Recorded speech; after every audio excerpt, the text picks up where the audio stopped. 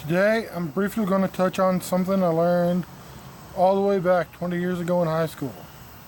And that is, your opinion and $1 might get you an Arizona iced tea. Today, on Tofer's Take.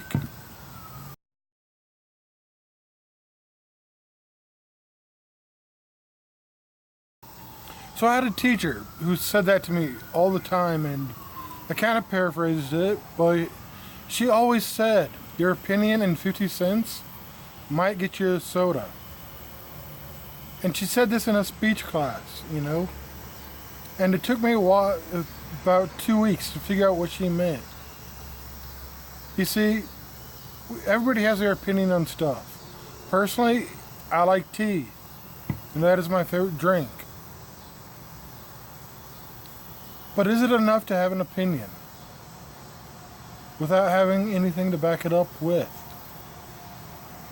You see, I was thinking about this past couple weeks, and because two of my friends, on two separate occasions said they admire my conviction. And they admire me for what I believe, and that I'm willing to take a stand for it. We see, it goes back to what my teacher said, and somebody said back then, and that's stand for something or you'll fall for anything. I had a youth director who said that a lot, and I don't think he originally, came up with that quote. I think he was quoting somebody else.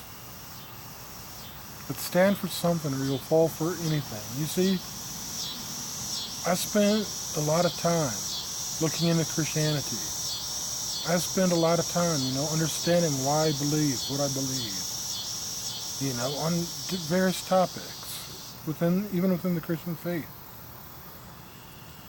But we have to do that. You just can't say, I believe the Bible is true because the Bible is true.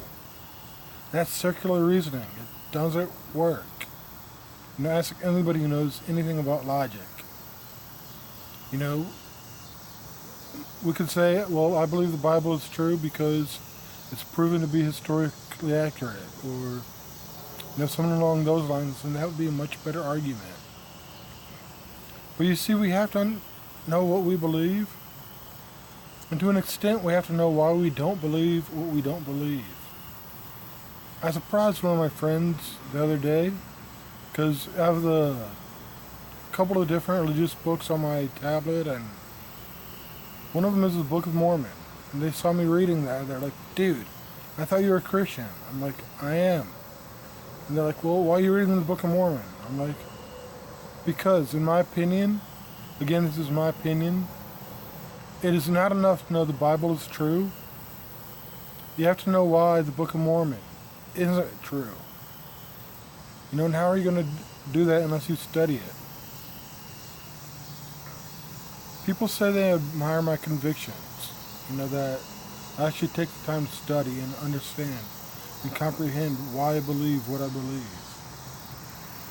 And I think that's good. I think we as Christians should take the time to look in, at least to the core of our, beliefs, look in, like to the Apostles' Creed, and then why we believe that, why we say that it's true. But I just want to talk briefly on the flip side of the coin, okay? Like I said earlier, I like tea. I can support why I like tea, why I think it's the best drink. But what if one of you guys out there don't like tea, What if one of your favorite drinks is like Mountain Dew? Am I going to cause a big argument over something like that? Am I going to sit here and try to convince you that tea is so much better than Mountain Dew? Or am I just going to let it be? I'm probably just going to let it be, to be honest, because at the end of the day, what does it matter? You see, we can get so caught up in learning about our faith and why we believe what we believe and this, that, and the other thing, and we miss out on, trying to hear another perspective and trying to get another opinion on it. I mean, the whole predestination free will, I've heard good arguments on both ends. I'm not going to get into where I stand and all that in this podcast. But what did I say right before that? I have heard good arguments on both ends.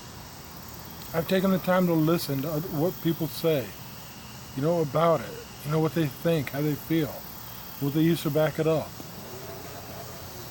You see, we've become too focused on, if you don't believe like I believe, you're wrong. No. I mean, on the core, maybe. If you don't believe in Christ, you're not going to heaven. But you're not wrong. Okay? You are not wrong in that. You're not wrong in what you believe just because it's different than what I do. Now, if you want to get to heaven, I would encourage you. Examine what you believe. But on the small stuff, like,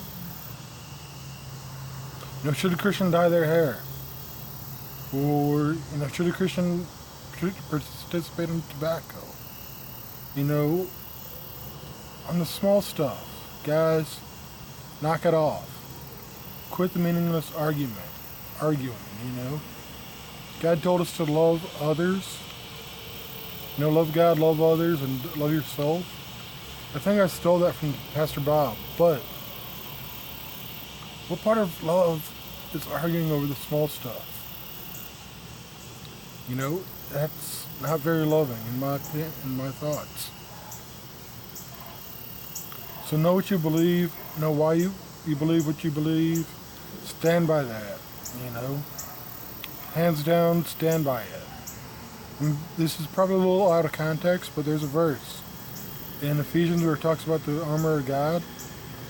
It says, doing all you can do to stand, therefore stand, okay? Knowing all you can about what you believe and why you believe it, therefore believe it. Act like you believe it. Just don't say, this is what I believe and have no impact on your life. Act like you believe what you believe. Live it out. Stand by your convictions. Anyway, guys, I just wanted to, drop this by y'all today.